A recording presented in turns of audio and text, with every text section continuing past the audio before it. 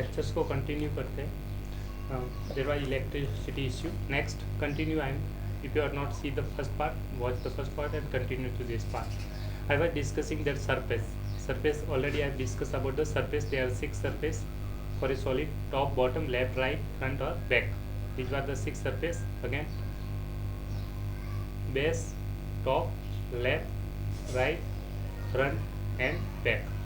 Now discussing the surface can be a curve or straight line. This surface, this is the surface, this is the straight line. This can be a straight line or curve. For example, any curve is just like in this way, but it has the starting point or ending point. There are 2 points here. These lines end points, इनके 2 ends point होते हैं. Always at the ends points. Next, very very important, that is the dimensions. That is very very important. Dimensions, that is very very important. Note down. This is a solid has 3 dimension. A solid has 3 dimension. A surface has 2 dimension. A line has 1 dimension and a point has none, मतलब 0 dimension. Example मैं explain कर देता हूँ. जैसे ये point है, ये कहीं पे भी मूव नहीं कर सकता. लेफ्ट राइट टॉप, लेफ्ट में मूव नहीं कर सकता, राइट में मूव नहीं कर सकता, अबव और बिलो कहीं मूव नहीं कर सकता. It is exact, it show the exact location. तो ये पॉइंट का कोई मूव नहीं है, मूवमेंट नहीं है, तो इसे बोलते हैं 0 डायमेंशन. क्या बोलते हैं? 0 dimension. That is the point. Next आपके बात आती है लाइन की. Line is 1 dimension. कैसे? Line, for example I draw a line from this point to this point. I can extend, this is the line. I can extend this line in this direction either or this direction also. That means it has only 1 dimension. Either it can move this direction, either can move this direction. It means line has only 1 dimension. That is known as 1D figure. That is also known as 1D figure, 1 dimension. So line has 1 dimension. Now I discuss the what is surface. Surface has the 2 dimension. I will explain. Surface means, for example, this is the blackboard. This is the blackboard. It has 2 surface. Suppose this is highest, it means length. This is the breadth. अगर यहाँ पे कोई चीज़ आप खड़े हो तो आप इस प्लेन में 2 डायरेक्शन में मूव कर सकते हो. You can move either left और राइट, लेफ्ट और राइट, लेफ्ट और राइट, और यू कैन मूव अप और down. There are 2 dimension. Move in this direction और movement in this direction. It means you can move along the length or you can move along the breadth. It means जो plane होता है, this is the surface. This is the surface. Surface has 2 dimension. Surface has 2 dimension. 2 dimension. And 2 dimension, what are 2 dimension? That can be length or breadth. L for length, B for breadth. ये आपको ध्यान रखना है. जिसमें 2 dimension और length breadth, उसको क्या बोलते हैं? Surface. That is called surface. Surface has 2 dimensions, that is length and breadth. Next, surface has 2 dimensions and solid has 3 dimensions. 3 dimension means solid has length, breadth and height. ये आपका room है. For example, this is आपका room है. अब room के अंदर आप खड़े हो, एक चिट्ठी मान लीजिए, एंट है. क्या है? रूम के अंदर एक एंट है, चिट्ठी है. अब ये लेफ़्ट भी मूव कर सकती है, राइट भी मूव कर सकती है, फ्रंट भी मूव कर सकती है, बैक भी, और ये फ्लाई भी कर सकती है. इसके अंदर, रूम के अंदर कहीं पे भी ये मूवमेंट कर सकती है, अबव और बिलो, हर डायरेक्शन में ये मूवमेंट कर सकती है. इसका मतलब ये सॉलिड है. This is the example of solid. Solid में 3 डायमेंशंस होते हैं. कितने डायमेंशन होते हैं? 3 डायमेंशन. ये सॉलिड है 3 डायमेंशन. कौन कौन से डायमेंशन होते हैं? लेंथ होता है, ब्रेथ होता है और हाइट. H for height. तीनों हो गए. That is the length L, B for breadth, H for height. तो सॉलिड्स में जब भी आपसे पूछा जाता है कितने डायमेंशन होते हैं, तो आप कहोगे 3 डायमेंशन. पॉइंट में कितना डायमेंशन होता है? 0 डायमेंशन. लाइन में कितने डायमेंशन होता है? 1 dimension. That's why this is called 1D figure. Surface is known as 2D figure which contain the surface, and 3D figures which have 3 dimensions. This is simply rewrite 3D figures. I hope you understand. चलते हैं next point की तरफ. अब आपके equilibrium से related जो कुछ definitions दी थी उनके बारे में पढ़ेंगे. Equilibrium summarise this statement as definition. Equilibrium में जो डेफिनेशन दी गई थी वो एक बुक में लिखी गई है, आपको पहले ही बताया था 23 डेफिनेशन इन बुक 1, उसमें से उनके एलिमेंट्स कहा जाता था और उसके कुछ पार्ट्स है वो आपको दे रखे हैं डेफिनेशंस की फॉर्म में, ठीक है, इंग्लिश डेफिनेशंस जो आपको गिवन है, लर्न करने की ज़रूरत नहीं, बस देख लीजिए। फर्स्ट पॉइंट है जिसका first definition, a point is that which has no part, point का कोई भी पार्ट नहीं होता, पॉइंट होता है एक फिक्स है, लोकेशन को शो करता है, इसका कोई भी पार्ट नहीं होता, ठीक है, ये fix point. Next point, a line has breathless length, line की जो लेंथ होती है ब्रिथलेस लेंथ होती है, लाइन को आप दोनों तरफ एक्सटेंड कर सकते हो तो इसकी कोई भी ब्रीथ नहीं होती है, चौड़ाई नहीं होती है, ठीक है, ब्रिथलेस लेंथ। थर्ड, सिंपली आप पढ़िए, the ends of the line are points, पहले के टाइम में जो जनरली लाइंस की बात करो, लाइन सेगमेंट की बात कर रहे हैं, जिसके एंड पॉइंट्स क्या होते हैं, ये फिक्स एंड पॉइंट्स होते हैं, the ends of the line are points, तो ये पॉइंट्स होंगे कुछ न कुछ points. Next, a straight line which lies evenly with the points on itself, तो एक स्ट्रेट लाइन जब भी ड्रॉ करते हो तो इस पर इन्फाइनाइट पॉइंट होते हैं which lies on the straight line. Next, ये surface is that which has length and breadth only, अभी बताया था सरफेस में दो ही चीज़ें होती है, 2 डायमेंशन कहा जाता है, क्या कहते हैं 2 डायमेंशन, क्यों, क्योंकि इसमें लेंथ होती है और ब्रीथ होती है, already I explain. Next, the edges of the surface are the line, surface की जो एजेज होती है वो जनरली क्या होती है, लाइन्स होती है, और कर्व भी हो सकती है, but here which generally most of the time surface की एजेज क्या होती है, लाइन्स होती है। Next, a surface is a surface which evenly with the straight line on it's, कोई भी जब सरफेस ड्रॉ करते हैं तो उस पर लाइन्स होती है, वो जनरली लाइन्स को ड्रॉ कर सकते हैं, वो जनरली लाइन्स कैसी होगी, या तो इंटरसेक्टिंग हो गई या फिर पैरेलल लाइन्स होती है, किस पे लाई करती है, एक सरफेस पे, ठीक है, these are the straight line itself on itself, जो प्लेन पे आप किसी भी प्रकार से ड्रॉ कर सकते हैं, एक प्लेन पे ये 2 टाइप्स की लाइन्स हो जाती है, एक ही प्लेन में लाई कर सकती है, या तो इंटरसेक्टिंग हो गई या फिर parallel. Next, most important point आपके चैप्टर्स का यहाँ से डिस्कस करते हैं। एक चीज़ आपको ये नोट करना है कि इन ज्योमेट्री जनरली हम जो डिस्कस कर रहे हैं, point, a line and a plane, ठीक है, are undefined terms, which are the generally the undefined terms, only things that can be represent them intuitively और explain them with the help of physical models, physical model से उन्हें explain कर सकते हैं। अब start करते हैं, स्टार्टिंग विद डेफिनेशन। यूक्लिड ने कुछ एजम्पशन लिए थे, उनको यूनिवर्सल ट्रूथ कहा गया है। Euclid's assume certain property which were not proved and this assumption are actually known as universal truth, that is very important. जो एजम्पशन लिए गए थे, यूक्लिड्स ने कुछ एजम्पशन लिए जिनको प्रूव नहीं किया जा सकता, ठीक है, जो एजम्पशंस थे उन्हीं को क्या कहा जाता है, यूनिवर्सल ट्रूथ कहते हैं। This is very important point, correct. And this assumption are divided into 2 types, जो एजम्पशन थे जिन्हें यूनिवर्स प्रूव नहीं किया जा सकता, which divided into universal truth, that are 2 types, that are axioms and postulates. ये आपको पता होना चाहिए, ये एजम्पशन लिए गए थे एक प्रकार से जिनको प्रूव नहीं किया जा सकता, उनको 2 टाइप्स में डिवाइड किया, that are the axioms and postulates. इस पर एग्जाम्स में क्वेश्चन पूछा जाता है, एक्सियम्स की डेफिनेशन, पोस्टुलेट की डेफिनेशंस क्या है वो मैं बता रहा हूँ, और साथ में कौन कौन से एक्सियम्स थे, आपके 7 एक्सियम्स है और 5 पोस्टुलेट्स है, वो भी डिस्कस करेंगे, करेक्ट। ये आपको यहाँ से आपका लेक्चर बहुत ज़्यादा इंपॉर्टेंट होगा, इसको नोट करते चलिएगा यहाँ से कंप्लीट, ठीक है। स्टार्ट करते हैं postulates. What are the postulate, definition of postulates. Postulates are the axioms, simple definition आप देखिए, postulates are the axioms that were specified to geometry, मतलब पोस्टुलेट्स वो होते हैं, एक्सियम्स होते हैं, एजम्पशन होते हैं। पोस्टुलेट्स आर द एजम्पशन जो सिर्फ किसके लिए वैलिड होते हैं, ज्योमेट्री में यूज किए जाते हैं, बाकी में किसी में भी यूज नहीं किए जा सकते। But axioms are the assumption that are use throughout the mathematics, वो मैथमेटिक्स के किसी भी पार्ट में यूज हो सकते हैं, जैसे ट्रिग्नोमेट्री में यूज कर सकते हैं, एप्लीकेशन ऑफ ट्रिग्नोमेट्री में भी यूज करते हैं, ज्योमेट्री में भी यूज कर सकते हैं, कहीं पे भी यूज किए जाते हैं मैथमेटिक्स में।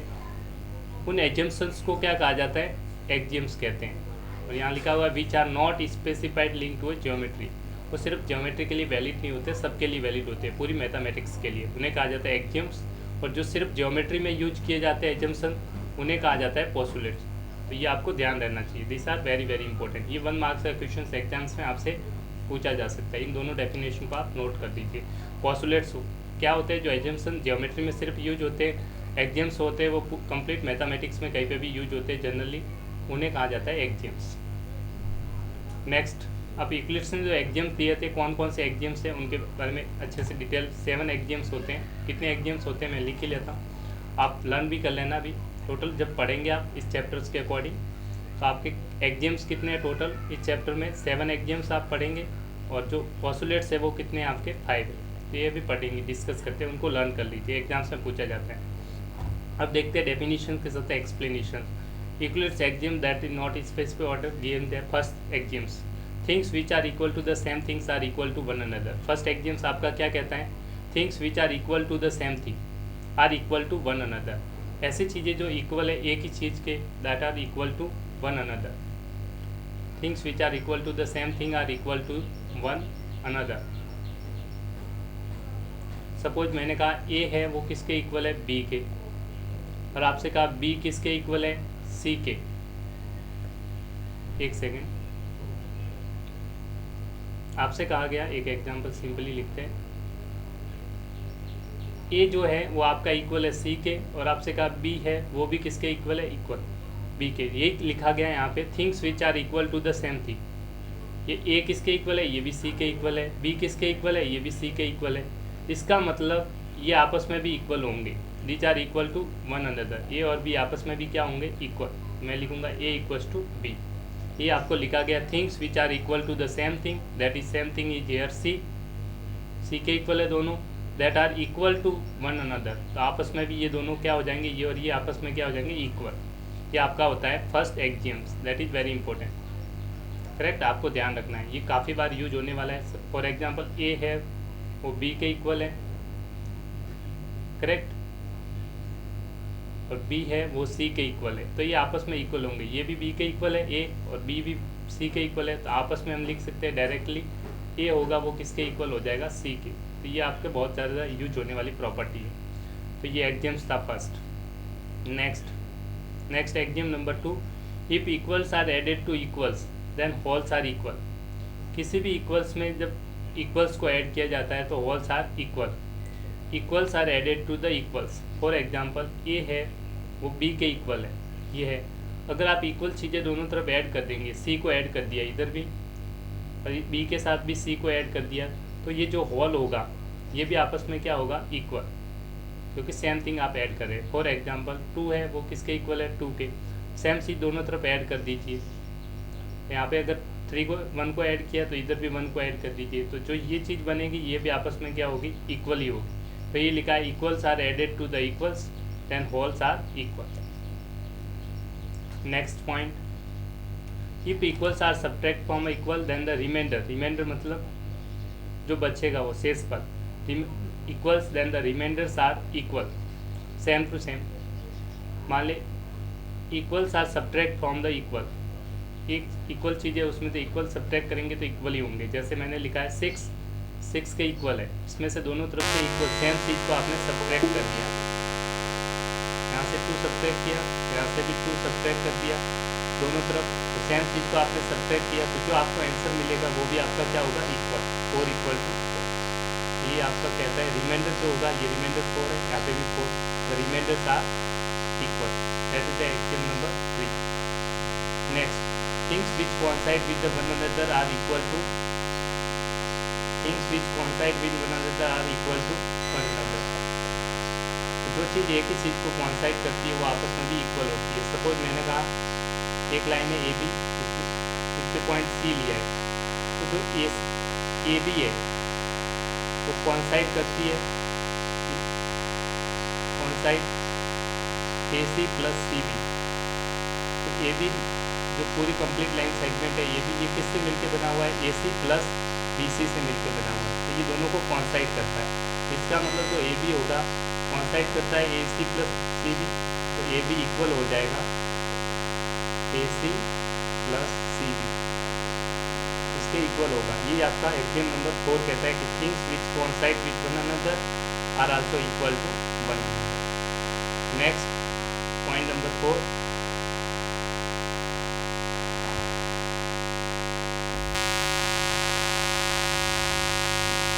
the whole is greater than the part. Next is the whole is greater than the part. तो जो कंप्लीट होता है होल वो हमेशा ज़्यादा होता है किसके, इसी के पार्ट से, greater than part, whole is greater than part. For example अगर मैंने कहा ए है वो बी से बड़ा है, इसका मतलब इसको इक्वल होने के लिए कुछ ना कुछ इसमें ऐड करना पड़ेगा। तो मैंने बी में ऐड कर दिया सी, बी में ऐड कर दिया सी, और ये क्या हो गया, इक्वल।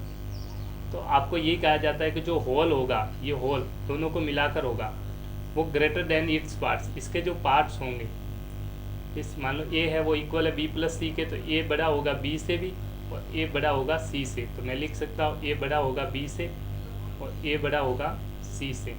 तो जो होल होगा ये दिस इज दोनों का सम, जो whole is greater than its parts, इसके जो भी पार्ट्स होंगे बी सी, इन दोनों से ये होल होगा, ये होल है दोनों का सम, बी से भी बड़ा होगा, ये सी से भी बड़ा होगा।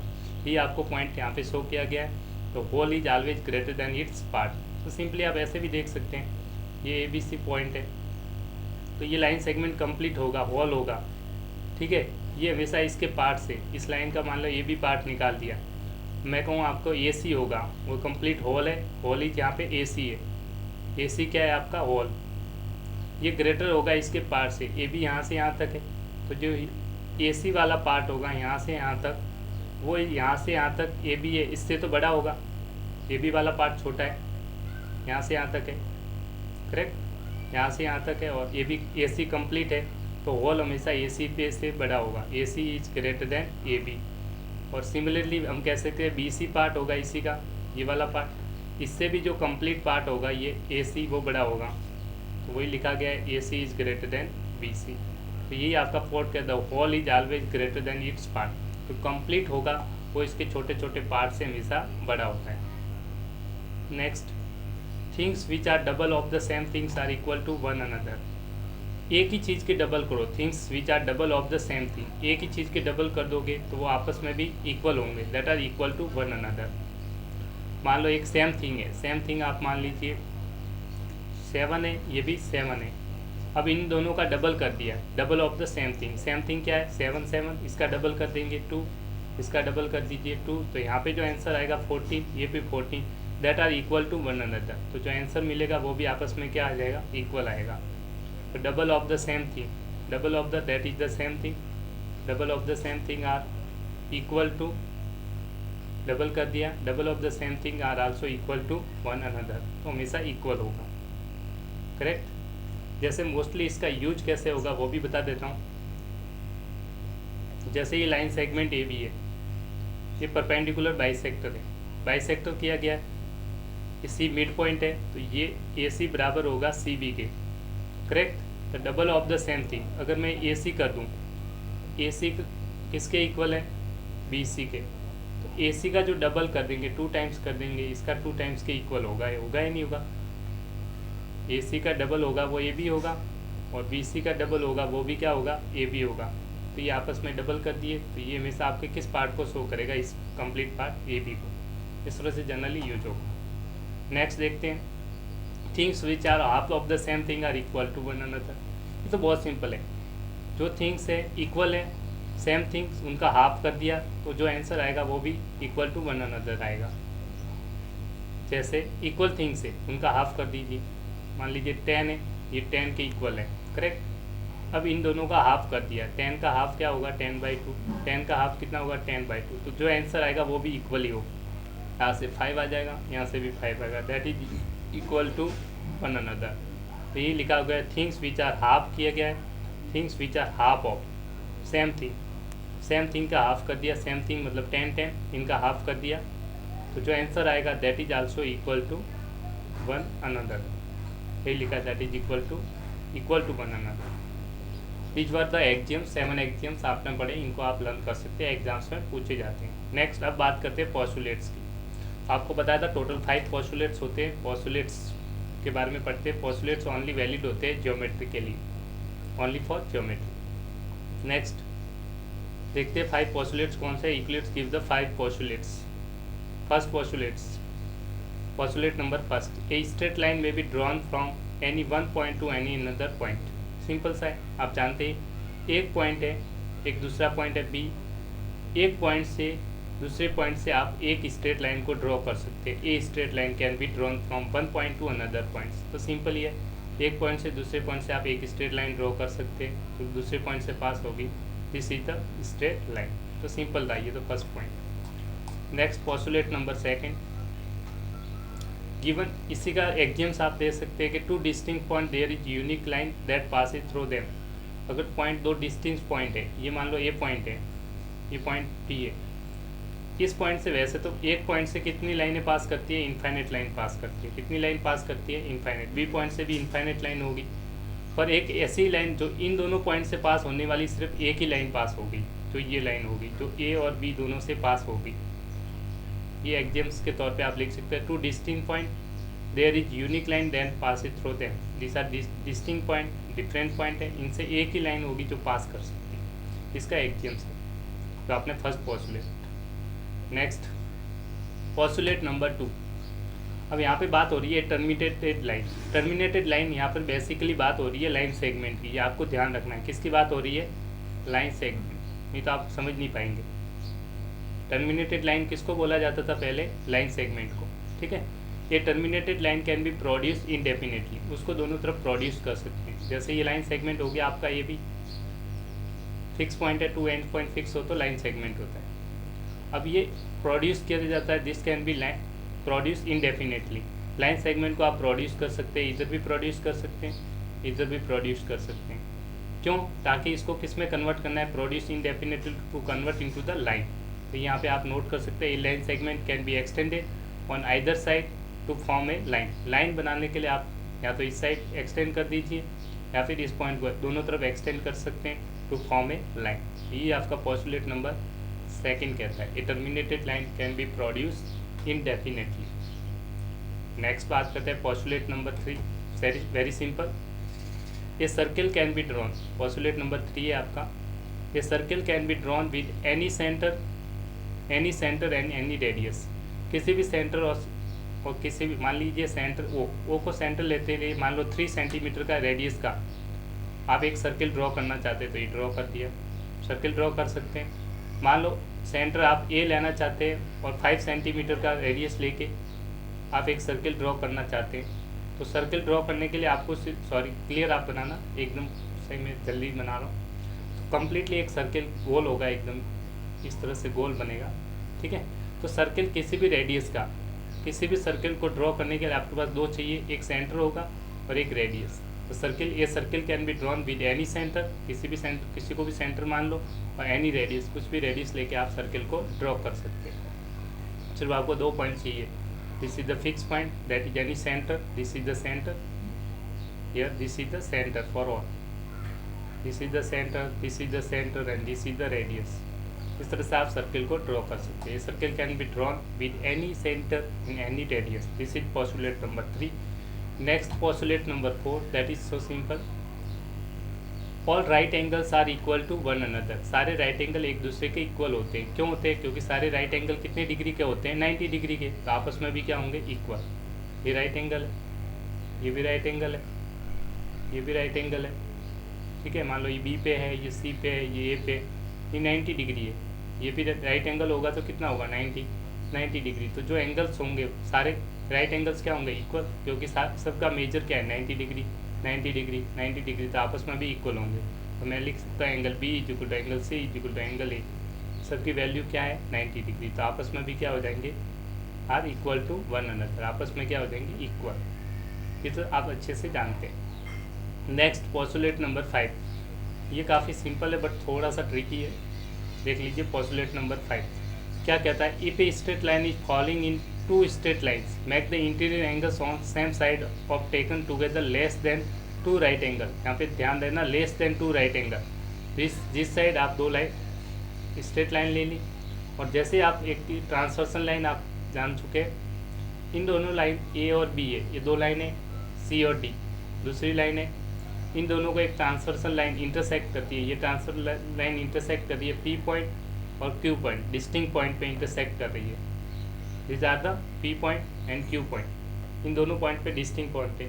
तो जिस side sum of 2 angles, interior angles कौन से, सेम साइड की बात हो रही है। इंटीरियर एंगल्स ये वाला और ये interior angles on same side of transversal और दूसरी तरफ interior angles on same side of transversal ये इस साइड जो एंगल बन रहे हैं इन दोनों का सम, ये 1 2 मान लीजिए, ये PQ मान लीजिए, ठीक है, ये 3 और ये 4 मान लीजिए। तो जो एंगल 3 प्लस एंगल 4 है ये क्या है, 90 से ज़्यादा है। दोनों का सम क्या है, 90 से 180 से ज़्यादा है।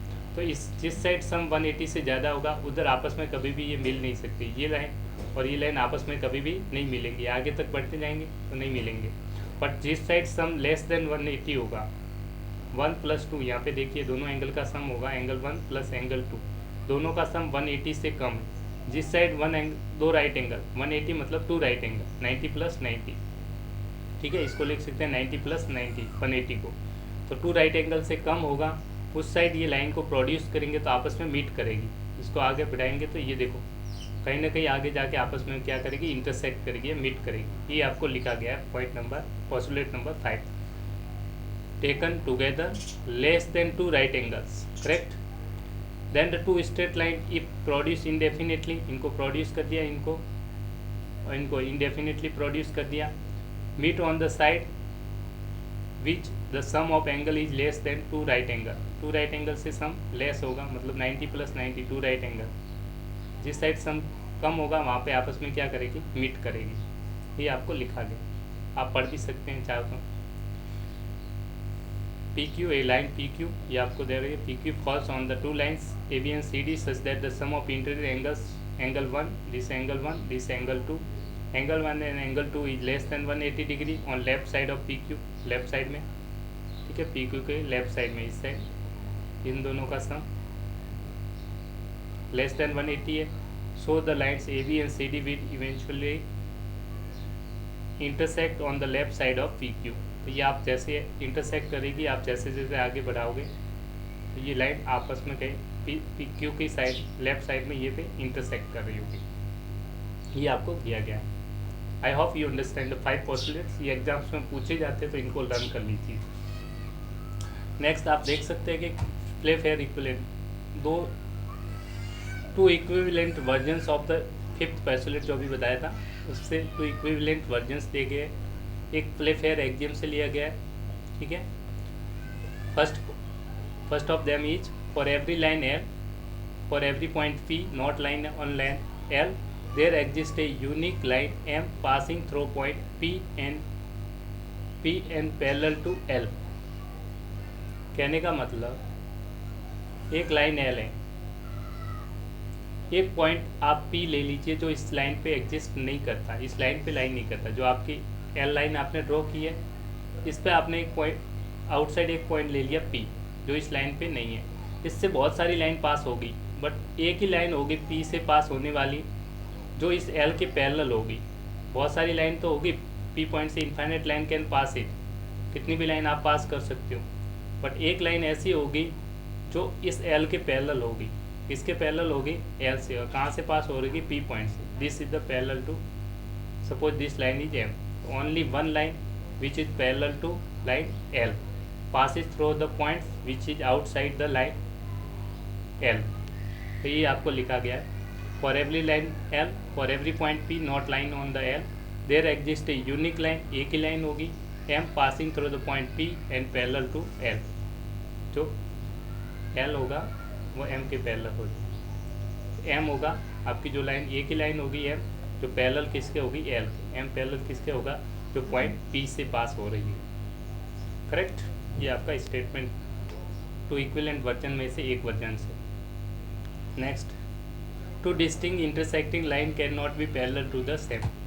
2 intersecting lines can not be parallel to the same line. अगर 2 लाइनें इंटरसेक्ट, ये लाइन एक है और आपस में यहाँ से 2 इंटरसेक्टिंग लाइन है, ठीक है, तो दोनों में से दोनों लाइन एक ही लाइन के पैरेलल नहीं होगी।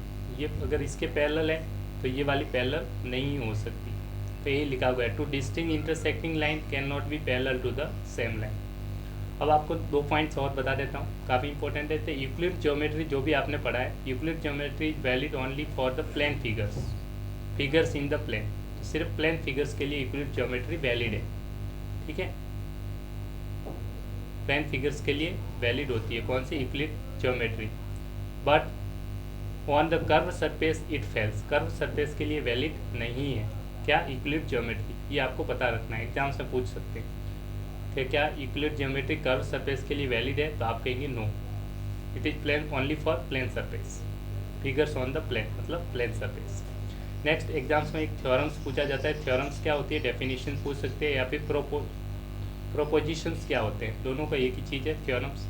तो आप लिख सकते हैं definition, the statement that are were prove by applying the deductive reasoning. Deductive reasoning का यूज करके, इस पर एक चैप्टर भी है, बाद में आप हायर क्लास में पढ़ते हैं। डिडक्टिव रीजनिंग का यूज करके आप थ्योरम्स को प्रूव कर सकते हैं। स्टेटमेंट को प्रूव करते हैं तो उन्हें कहा जाता है थ्योरम्स। करेक्ट। एक एग्जाम्पल लास्ट देखते हैं, फिर चैप्टर का एंड करते हैं। Prove that the equilateral triangle can be constructed by A given line segment. एक लाइन सेगमेंट से, गिवन लाइन सेगमेंट से आप एक इक्विलेटरल ट्रायंगल ड्रॉ कर सकते हैं। फॉर एग्जांपल, आप सबसे पहले लाइन सेगमेंट ड्रॉ कर दीजिए ए बी। आपने line segment A B draw किया, करेक्ट। ध्यान से देखते रहना, मैं स्टेप्स के हिसाब से करूँगा। फर्स्ट स्टेप में आपने line segment A B draw किया। सेकेंड स्टेप में आपने क्या किया, taking A B as a radius and A as a centre, A को सेंटर मानते हुए एक आर्क आपने ड्रॉ कर दिया, which pass draw the sir arc which pass through the point B. ठीक है, first draw line segment A B, मैं स्टेप्स भी लिख रहा हूँ ताकि आपको दिक्कत नहीं हो। आपने line segment A B draw कर दिया। Second, taking A as a centre, taking A as center and AB as radius, draw arc which pass through point B, which pass through point B, point B। आपने ए को centre मानते हुए, A B को radius लेते हुए एक arc draw किया, वो पॉइंट बी से पास हो रहा है। किस पॉइंट से पास हो रहा है, बी, इससे सेंटर से। ठीक है। स्टेप थर्ड, अब आप क्या करेंगे, ए की बजाय आप बी को सेंटर लेंगे। ये तो पहले आप ड्रॉ कर चुके, जो ड्रॉ कर चुके वो वापस बता दें, ये पहले से आपने ड्रॉ कर दिया है। अब बी को सेंटर मानिए और बी ए को रेडियस मानते हुए एक आर्क और ड्रॉ करेंगे, which intersect the previous arc at point C and passes through the point B. Point A से पास हो रहा है, ये पॉइंट मान लीजिए सी, इस तरह से।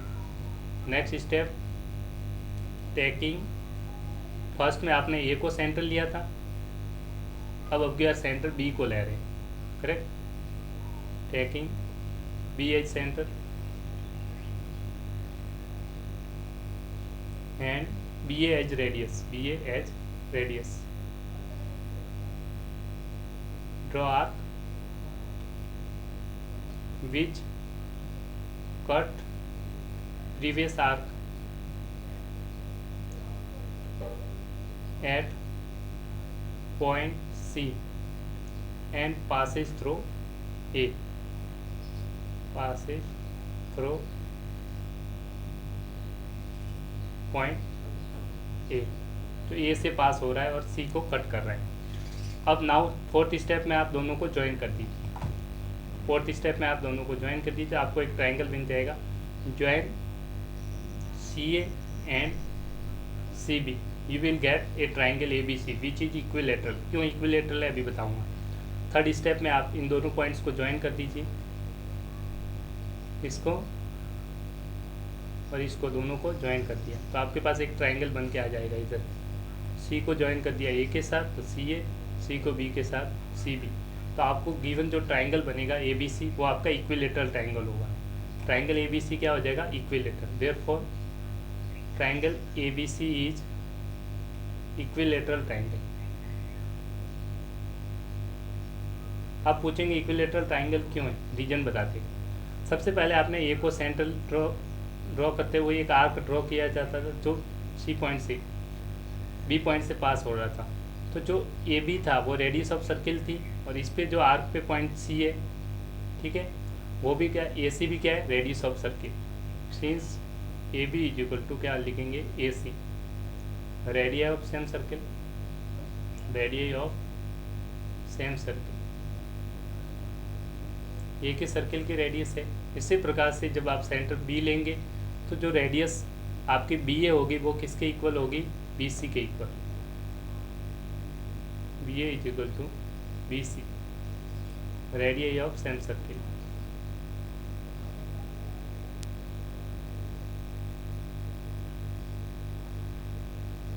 इस प्रकार आप कह सकते हैं जो ए बी लिखो या चाहे ये लिखो, बात एक ही है, ए बी और बी एक ही चीज़ है, तो आपस में तीनों क्या हो जाएंगे, इक्वल। ये भी इसके इक्वल है, ये भी इसके इक्वल, तो आपस में भी इक्वल होंगे, all are equal to one another. Therefore we can say A B is equal to B C is equal to A C. Since using Euclid's axiom, Euclid's axiom, by Euclid's axiom,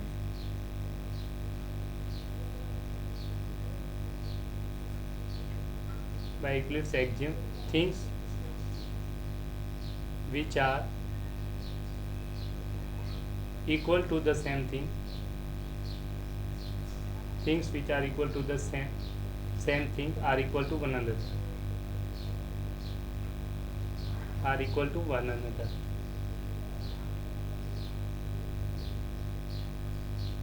इस तरह से आप prove कर सकते हैं कि ABC equilateral triangle होगा। जो थिंग्स एक ही चीज़ के इक्वल हो, equal to the same things are equal to one another, ये आपने पढ़ा था यूक्लिड्स एक्सियम। इस तरह से आप प्रूव कर सकते हैं कि ट्राइंगल ABC इक्विलेटरल ट्राइंगल। ठीक है, आपको समझ में आ गया? मैं वापस से एक्सप्लेन कर देता थोड़ा सा हिंट के साथ। आपने ड्रॉ किया था ये सर्किल, AB को रेडियस देते हुए एक आर्क ड्रॉ किया था, B पॉइंट से पास हो रहा है। अब इस पॉइंट B से सेंटर लेते हुए एक आर्क ड्रॉ किया था जो A से पास हो रहा है, ये पॉइंट को C माना था। जैसे आपने ज्वाइन किया तो आप देखिए, जब AB को सर्किल बाना था आपने, ठीक है, तो AB आर्क था और ये radius of same circle C को ज्वाइन किया, तो ये दोनों इक्वल होंगे या नहीं होंगे? क्योंकि ये arc of same, this is the arc of circle, और सेंटर से जब सर्किल को ज्वाइन करते हैं तो this is the radius of circle, this is also the radius of same circle, तो इक्वल होंगे। ऐसे आपने पॉइंट B को लेते हुए सेंटर एक आर्क ड्रॉ कर दिया जो इस तरह से पास हो रहा था, इसको जब ज्वाइन कर दिया आपने B को C से और B को A से, तो ये रेडियस ऑफ सर्किल है। और इस आर्क के लिए ये आपने आर्क ड्रॉ किया, इस पे ये भी पॉइंट है, इस पे ये भी पॉइंट है, ये सेंटर है इससे, तो ये भी रेडियस ऑफ सर्किल होगा, तीनों आपस में क्या होंगे, equal. Therefore this is a equilateral triangle. Last में देख लेते हैं समरी क्या है, जो अभी तक आपने पढ़े, जल्दी से नोट कर समरी देखें। Though the Euclid's define a point, line and plane, this definition are not accepted by mathematician, this are term not taken as undefined, उनको अनडिफाइंड माना गया। Next, axiom and postulates, that is very important. मैंने पहले बताया था assumptions होते हैं। Axiom and postulates are the assumption that are universal truth and they are not prove, उनको प्रूव नहीं किया गया है, वो क्या होते हैं, एजम्पशंस होते हैं। क्या होते हैं, एजम्पशन, ऑलरेडी आई एक्सप्लेन।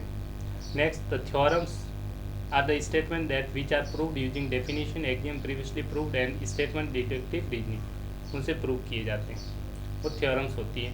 आपको बताया था, ये नोट कर सकते हो, एग्जाम से बार बार पूछे जाते हैं एक्सियम्स और postulates, that is very very important point. मैंने बताया था इनको आपको नोट करना है, याद करना है, डेफिनेशंस भी लर्न करनी है। वो ये things which are equal to the same things, axiom first, are equal to one another, axiom second, if equals are added to equals then wholes are equal, third, if equals are subtract from the equal then remainders are equal, fourth, things which are coincide with the one another are equal to one another, five, the whole is greater than the part, six, the things which are double of the same things are equal to one another, seven, things which are half of the same things are equal to one another।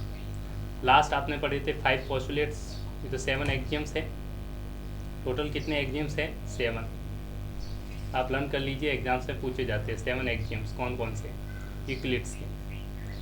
Next 5 postulates थे, कौन कौन से 5 postulate, first postulates देख लेते हैं। Straight line में भी drawn from any one point two any another point, एक पॉइंट से दूसरे पॉइंट से एक स्ट्रेट लाइन ड्रॉ कर सकते हैं। नेक्स्ट, एक terminated line can be produce indefinite, एक लाइन सेगमेंट टर्मिनेटेड लाइन होता है, इनको प्रोड्यूस कर सकते हैं इस डायरेक्शन में भी और इस डायरेक्शन में भी। Second, third, A circle can be drawn with any centre and any radius, किसी को भी सेंटर मानो, एक रेडियस लेके आप एक सर्किल ड्रॉ कर सकते हो। Fourth, all right angles are equal to one another, right angles होगा, ये भी राइट एंगल है तो ये आपस में ये दोनों क्या होंगे, इक्वल, क्योंकि राइट एंगल मतलब 90 डिग्री है। Next, if a straight line falling on two straight line makes the interior angles on same side of it is taken together less than 2 right angles, then the 2 straight lines produce indefinitely meet on the same side of sum of angles which is less than two right angle. Two right angle से sum कम है तो उसी side से आपकी line meet करती है। ठीक है, जैसे इस तरह से ये स्ट्रेट लाइन है, सॉरी मैं थोड़ा सा यहाँ पे दो स्ट्रेट लाइन ले लीजिए, ये और ये। इस साइड आपका सम 180 90 + 91 है, टू राइट एंगल से ज़्यादा है। ठीक है, ये भी इस साइड आपका सम 1 2 लेस देन 180 है, 1 + 2 लेस देन 180 मतलब 90 + 90 टू राइट एंगल से कम है।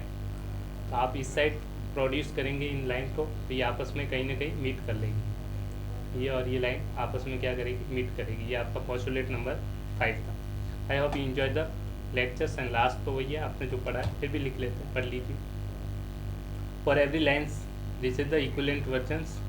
For every line said, for every point P not lying on it, there exists a unique line M passing through the point P and parallel to M।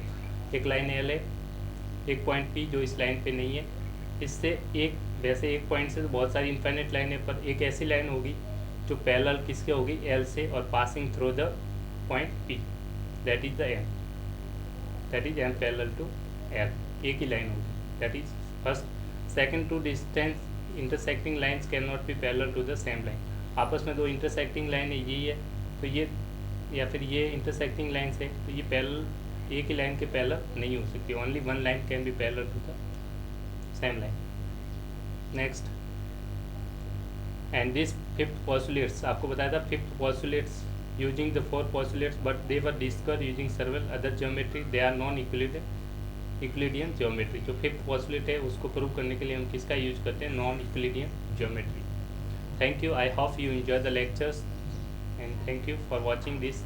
See you in the next lecture. Bye bye. Take care and God bless you. Thank you very much.